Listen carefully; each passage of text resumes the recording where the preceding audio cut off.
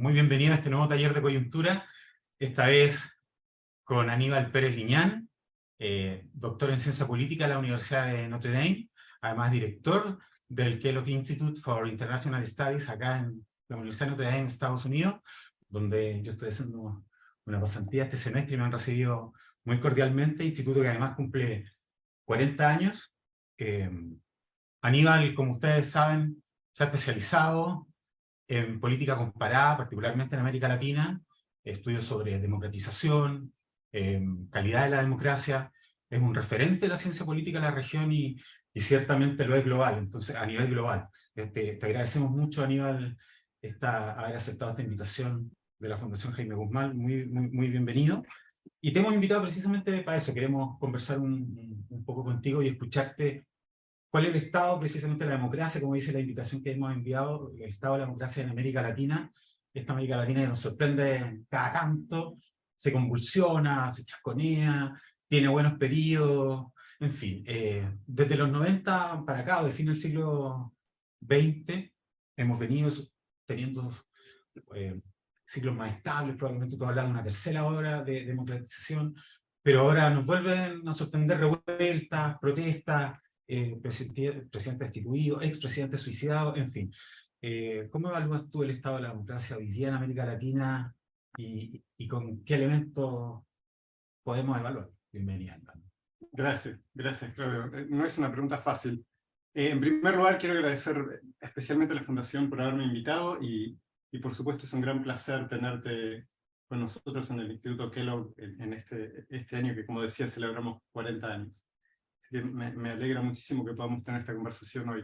¿Puedo pedir algo antes de partir? Dado que hemos cambiado las condiciones, le pido que por favor me manden a mi WhatsApp las preguntas, quienes las tengan. Bueno, Aníbal.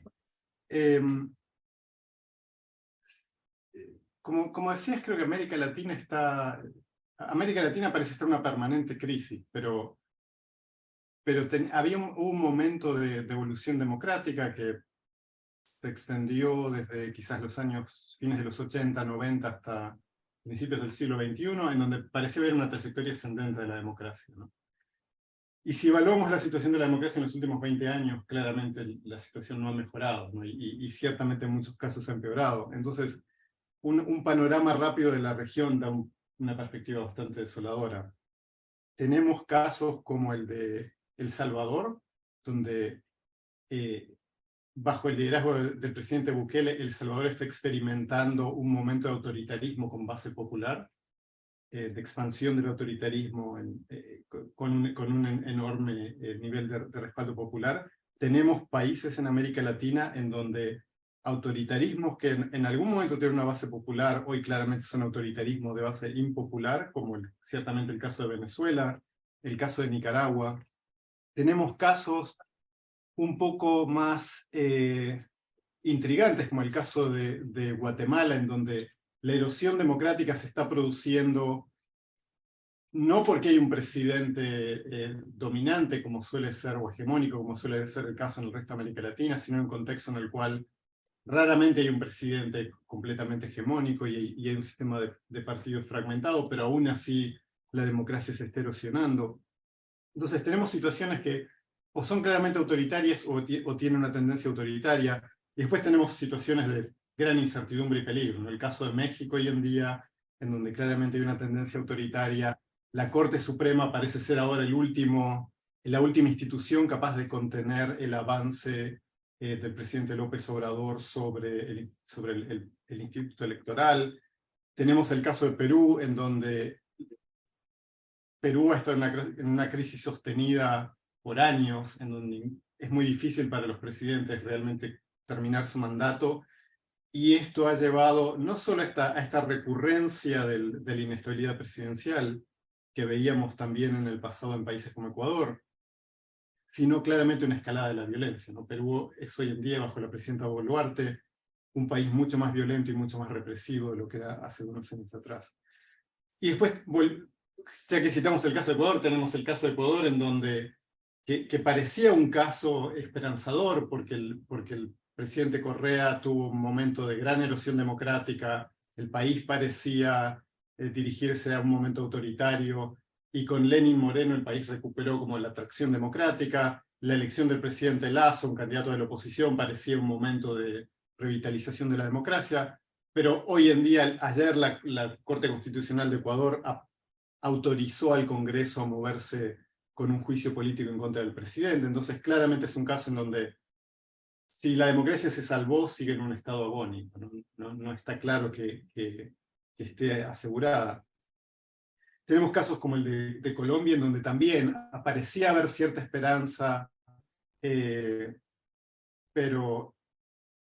y una cierta esperanza de renovación con la elección del presidente Petro, pero claramente es un proceso democrático que está bastante estancado y no es claro para dónde va a avanzar el proceso de paz.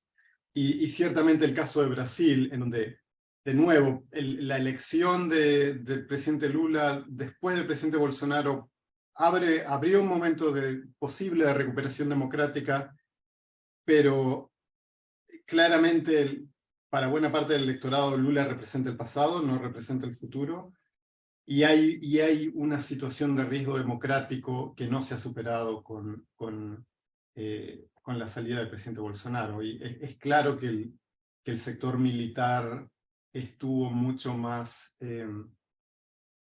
alineado con la desestabilización, con la rebelión del 8 de enero de lo que pensábamos, y Brasil está posiblemente a punto de entrar en una recesión, entonces la situación no es nada alentadora.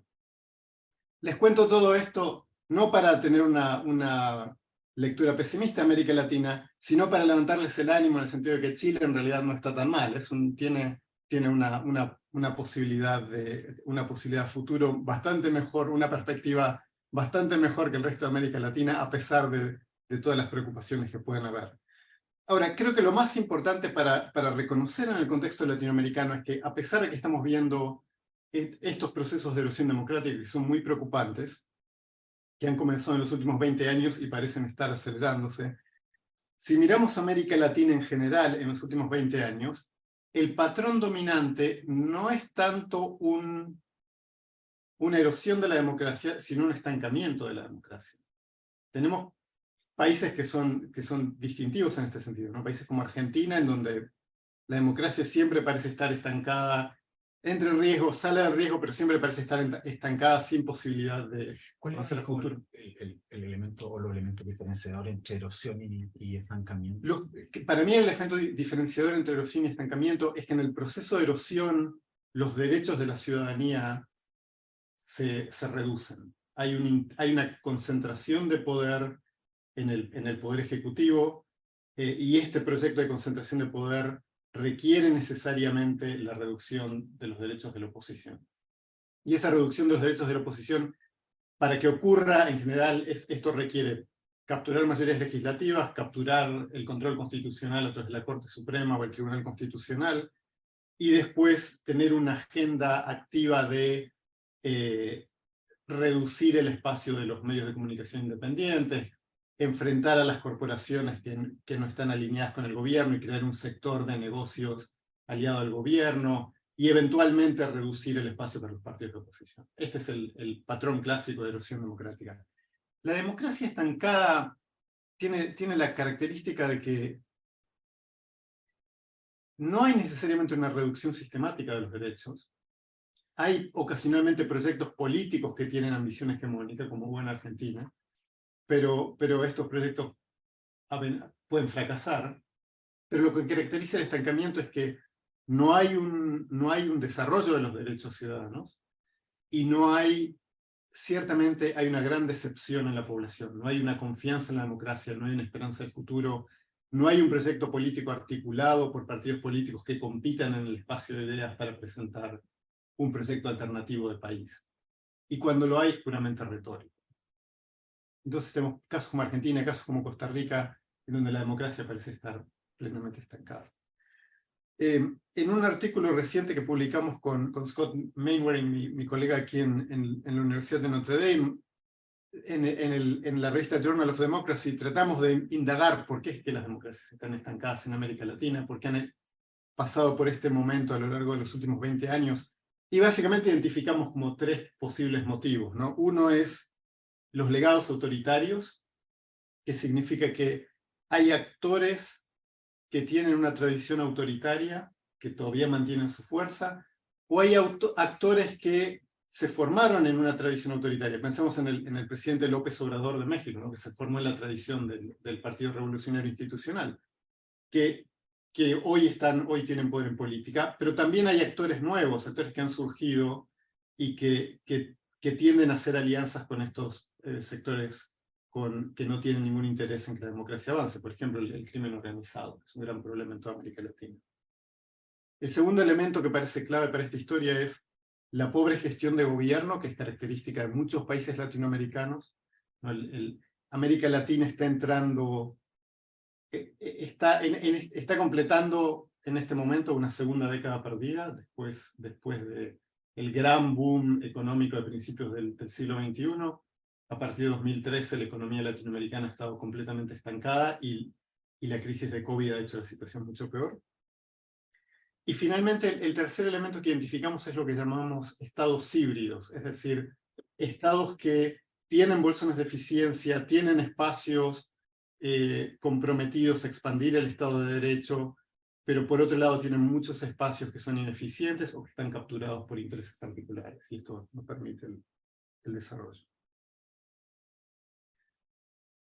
Quizás para cerrar, lo que quisiera destacar es que la gran preocupación hoy en día, dada la tendencia de América Latina, pero también la tendencia del resto del mundo, Europa del Este, Hungría, Polonia, ciertamente Estados Unidos, ¿no? Acaban de anunciar que el expresidente Trump va a ser llevado a juicio en el estado de Nueva York. Hay una gran preocupación por el problema de la erosión democrática. Lo percibimos como la gran amenaza futuro. Y creo que el discurso, aquí quisiera problematizar un poco el discurso que está emergiendo sobre la erosión democrática. Creo que el discurso que está emergiendo sobre la erosión democrática hoy en día, como el consenso, es que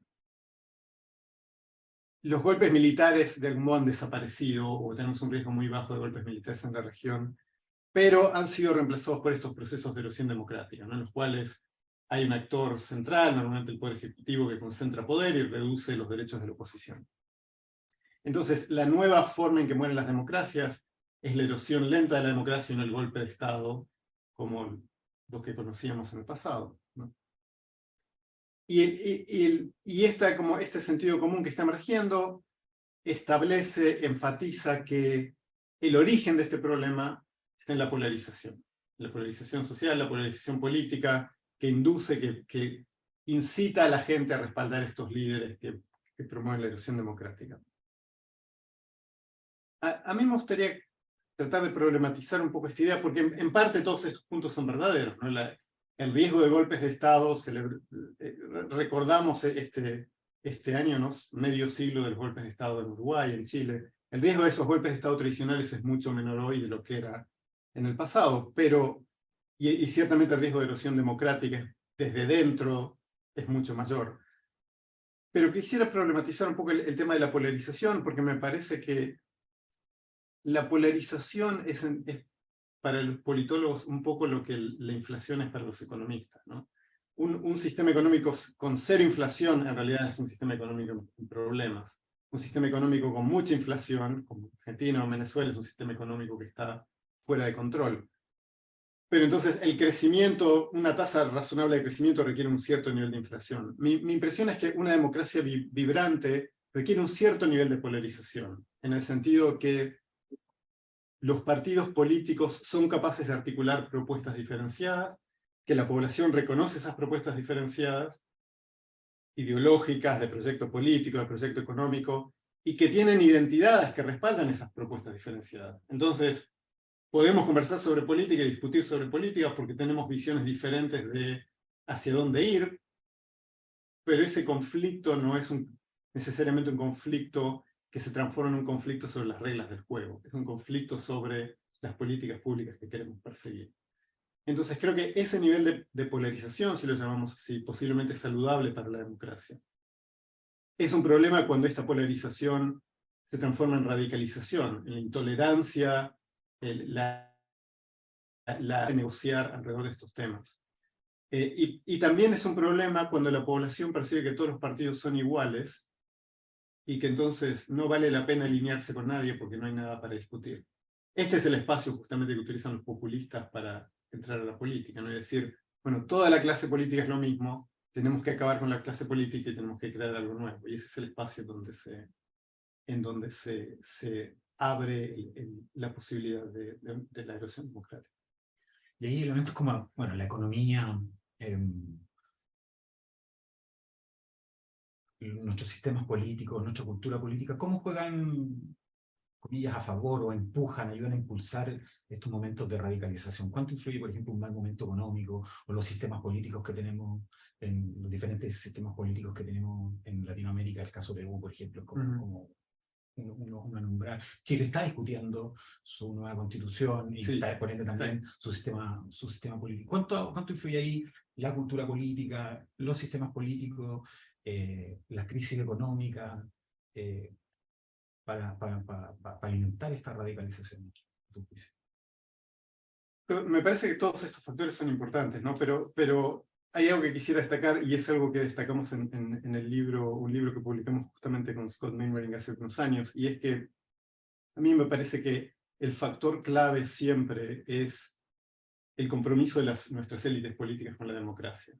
Y todos estos factores interactúan con ese valor inicial, ¿no? Con esa condición inicial.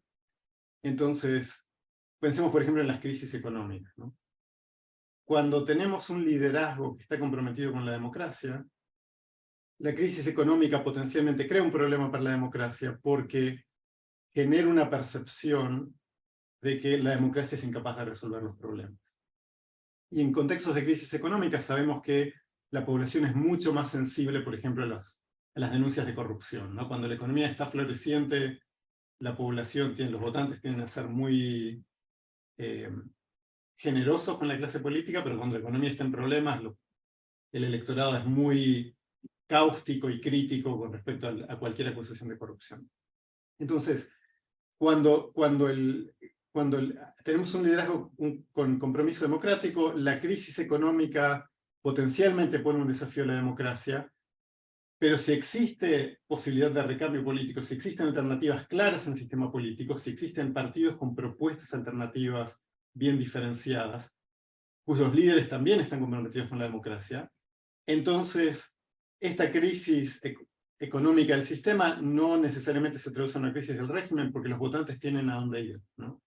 Que con todos los problemas de la democracia argentina, creo que esto es lo que ha salvado a la democracia argentina en los últimos años, que es que cuando la economía funciona mal, y la economía siempre está funcionando mal en la Argentina, los votantes hasta ahora tienen a dónde ir, tienen alternativas. Ahora, si los líderes políticos en el poder no tienen compromiso con la democracia y tienen un proyecto de autocratización, un proyecto de erosión democrática, la crisis económica muchas veces es una oportunidad para construir poder, construir alianzas con sectores aliados y criticar a la clase política anterior, que estaba antes como una excusa para construir un momento político nuevo, ¿no? y acumular poder. Y de la misma manera, un momento de crecimiento económico es un momento que líderes sin compromiso democrático utilizan para capturar los recursos del Estado y construir una maquinaria política autoritaria. Lo hemos visto en Sudamérica del mismo. Oye, Aníbal, antes de dar paso a otras preguntas, ¿cómo ves a Chile hoy día a propósito de que estamos discutiendo nuestra Constitución, como yo te decía?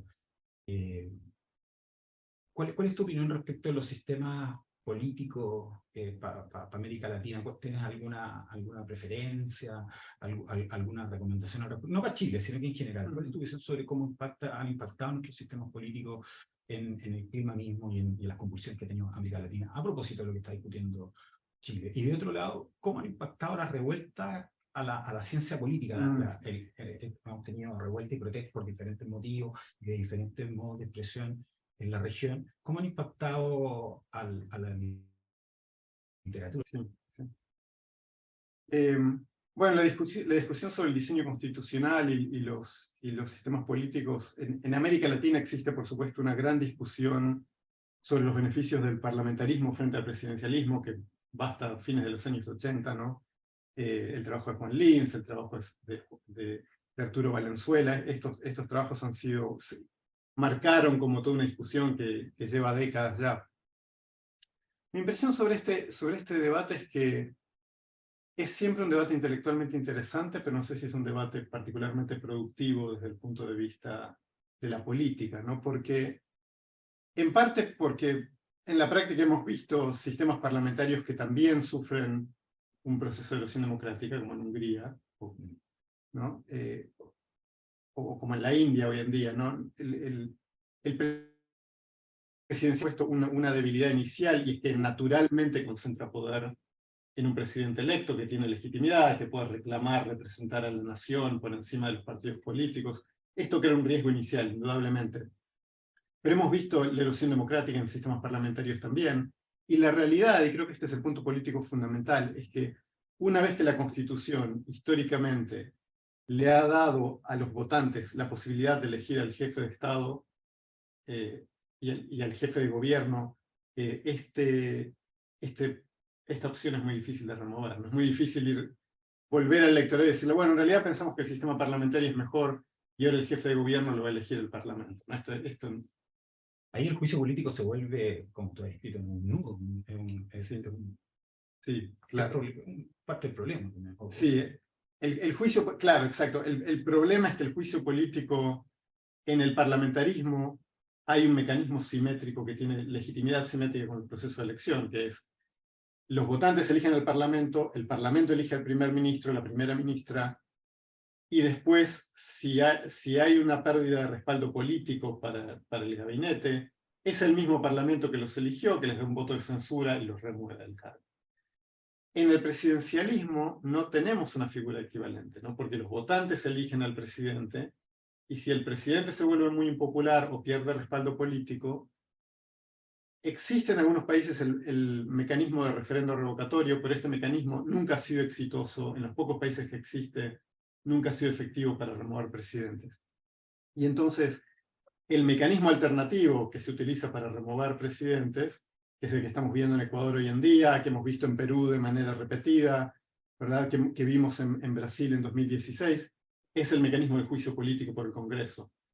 Pero esto siempre crea un enorme problema de legitimidad, porque aquí el procedimiento no es simétrico, ¿no? El presidente tiene un mandato popular y el Congreso está diciéndole al electorado, en realidad hemos decidido que este presidente ya no tiene la capacidad de gobernar, que este presidente ha violado de alguna manera la Constitución, y de acuerdo con nuestro juicio como Congreso lo vamos a remover del cargo. Esto inevitablemente crea acusaciones de que hay un golpe parlamentario, de que el proceso es ilegítimo, etc. Entonces, el tema del juicio político es muy complicado. Y las tecnologías de la información, las redes sociales, ¿cómo aportan a estos climas de ficción que terminan a veces en acusaciones políticas? Tenemos regímenes que han llegado a censurar medios de comunicación, a cortarlo, ¿cierto? Y de otro lado, las fake news se han tomado las discusiones en el último tiempo, incluso en Chile, en las elecciones pasadas, en el plebiscito, fue un tema medular. ¿Qué rol, no solo cómo influyen, sino que qué rol van a tener las redes sociales del futuro? ¿Vamos a tener que fiscalizarlas también? En fin, sí, este tema claramente es un punto central para la democracia hoy en día, ¿no? Y se conecta muy claramente con el problema de las protestas que mencionabas antes. No hay revuelta en Chile sin celular, por decirlo. Exacto. Creo que hoy en día en el mundo y en América Latina muy claramente no hay revuelta sin celular. Lo hemos visto, ¿no? en Colombia, lo hemos visto en Perú, lo hemos visto en muchísimos lugares en donde tenemos estas protestas que son volcánicas porque las redes sociales convocan una protesta de manera masiva, pero en realidad no es una protesta orgánicamente organizada con un liderazgo claro. Son un montón de grupos que convergen en las calles movilizados por las redes sociales. Algunos grupos la mayor parte de la gente va simplemente a protestar, pero hay algunos grupos que están radicalizados y que entonces, esto es clásico, utilizan la protesta para crear confusión y desestabilización. Pero al mismo tiempo, como la revuelta es tan volcánica y descoordinada, el gobierno no tiene con quién sentarse a negociar. ¿no? Y esta es la situación que es particularmente explosiva, porque entonces las fuerzas de seguridad del Estado no están muy preparadas para manejar esta situación. Y lo que hemos visto consistentemente, lo estamos viendo en Perú hoy en día dramática, es que lo que hacen es escalar la represión para tratar de contener la movilización. Y con la dinámica de las redes sociales, en las cuales hoy en día tenemos videos de las violaciones a derechos humanos, esto lo que hace es alimentar todavía más la emoción, las emociones de enojo, que son justamente las emociones que viajan más rápido en las redes sociales. Y entonces esto aumenta, genera una escalada de la protesta.